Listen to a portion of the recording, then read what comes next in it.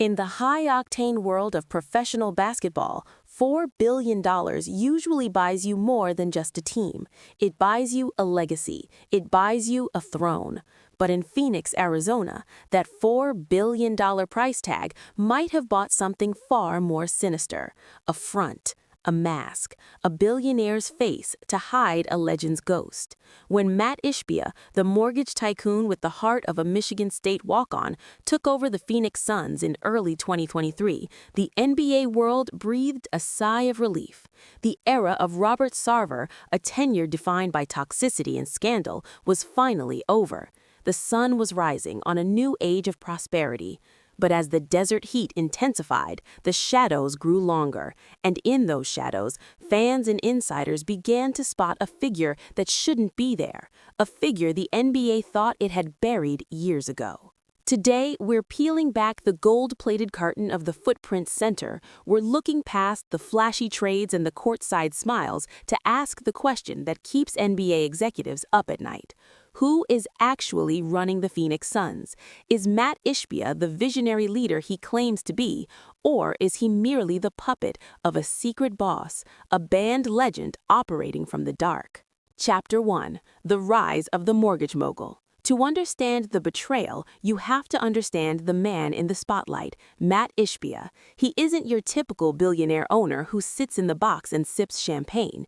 Ishbia is a competitor. He was a bench player for the legendary Tom Izzo at Michigan State, a man who learned that if you can't out-talent the opposition, you out-hustle them, you out-heart them, you crush them.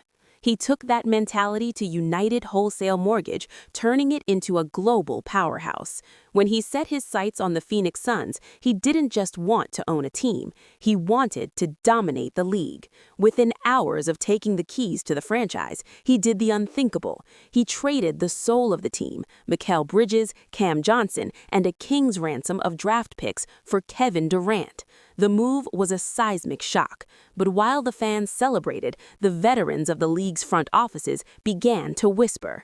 They noticed a pattern: the aggression, the disregard for future assets, the obsession with star power over team fit. It didn't look like a move made by a rookie owner. It looked like a move made by someone with a very specific, very controversial history. Chapter 2: The Ghost in the Room. Enter Isiah Thomas III. If you know basketball, you know Isiah, the leader of the Bad Boys Pistons, a two-time champion, a man whose smile is as famous as his legendary toughness. But Isiah Thomas has another side, a side that the NBA tried to distance itself from years ago. His time as the president of basketball operations for the New York Knicks is widely cited as the most disastrous executive run in the history of sports. It wasn't just the losing, it was the $11.6 million sexual harassment lawsuit. It was the radioactive reputation that followed him out of Madison Square Garden. For years, Isiah Thomas was the man the NBA wanted to forget. He wasn't officially banned, but he was effectively exiled, until Mat Ishbia arrived. And a connection isn't a conspiracy, it's a matter of public record. Isiah Thomas III sits on the board of directors for Ishbia's company, UWM. They are close, very close. When Ishbia's name was first linked to the Suns' purchase, the very first rumor to leak was that Isiah Thomas would be the head of basketball operations. The backlash was a Category 5 hurricane. The media erupted. The fans recoiled. The NBA lobby reportedly shuddered. Within 24 hours, Ishbia's camp released a statement: Isiah Thomas will have no official role with the Phoenix Suns. But official is a very flexible word in the desert. Chapter 3: The Informal Advisor. As the 2024 and 2025 seasons unfolded, the ghost owner theory began to gain terrifying momentum.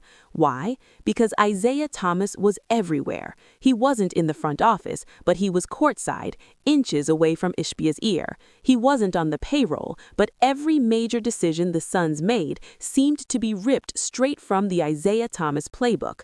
The trade for Bradley Beal, a move that saddled the Suns with an astronomical contract and limited their ability to build a bench, was a classic Isiah move. It was Knicks 2.0.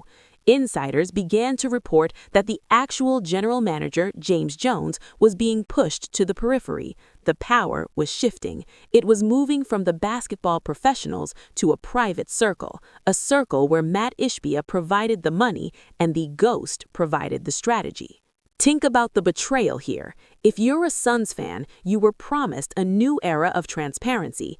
Instead, you're watching a billionaire use his wealth to give a platform to a man the NBA spent a decade trying to push out. Is Mat Ishbia the owner, or is he the bank account for Isiah Thomas's redemption tour? Chapter 4: The 2026 Legal Firestorm. Now we arrive at the present day.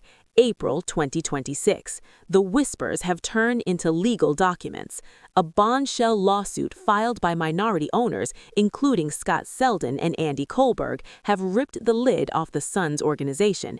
The allegations are staggering.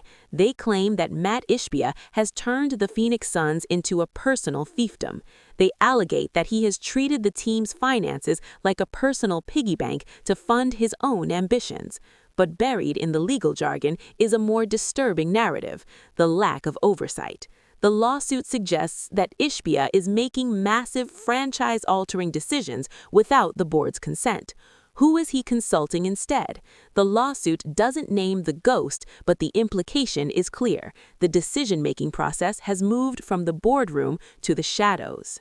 There are even darker rumors that the ghost isn't just Isiah. Some suggest that because of the massive debt and the second apron salary cap restrictions Ishbia has placed on the team, he's secretly answering to shadow figures from the previous regime, or even figures the NBA has banned for life, like Donald Sterling. While there is no hard evidence of a Sterling connection, the mere fact that these rumors exist shows how much trust has been eroded in Phoenix. When you govern in secret, people assume the worst is hiding in the dark. Chapter 5: The Price of the Shadow. What is the cost of having a secret boss? For the Phoenix Suns, the cost is the future. By following the all-in philosophy favored by Isiah Thomas, Mat Ishbia has stripped the Suns of every draft pick they have until nearly the end of the decade. They're locked into a roster that is aging, expensive, and injury-prone. They have no way to get better and no way to start over. If this was a plan concocted by a man who officially doesn't exist in the organization, it's the perfect crime. The ghost gets to play with the world's most expensive toys, and if they break, he doesn't have to pay for them. He doesn't have to answer to the media. He doesn't have to answer to the fans. He just fades back into the shadows of the UWM board of directors, leaving Mat Ishbia to stand in the wreckage. Chapter 6: The Fans' Betrayal. For the people of Phoenix, this is the ultimate betrayal. They survived the Sarver years. They earned a winner. They deserved an owner who was focused on the community and the longevity of the franchise. Instead, they got a shadow government. They got an owner who spends money like water but seems to be listening to a voice that the rest of the NBA silenced for a reason. Every time Kevin Durant misses a game, every time Bradley Beal's contract prevents them from signing a backup center, the fans look at that courtside seat next to Ishbia.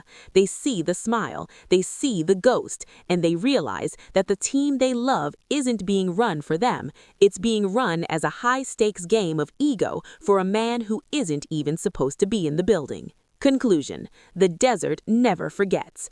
As we look towards the 2026 playoffs and beyond, the Phoenix Suns stand at a crossroads. The legal battles are intensifying, the NBA lobby is watching, and the secret boss continues to whisper. Is Mat Ishbia the savior of Phoenix, or is he the greatest frontman in the history of sports? Is he the man in charge, or is he just the one holding the pen while a legend writes the script? In the NBA, talent wins games, but trust wins championships. And right now, in the Valley of the Sun, trust is in short supply.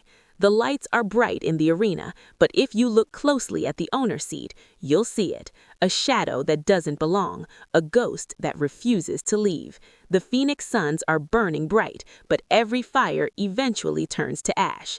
And when it does, we will finally see who was standing behind the flames all along.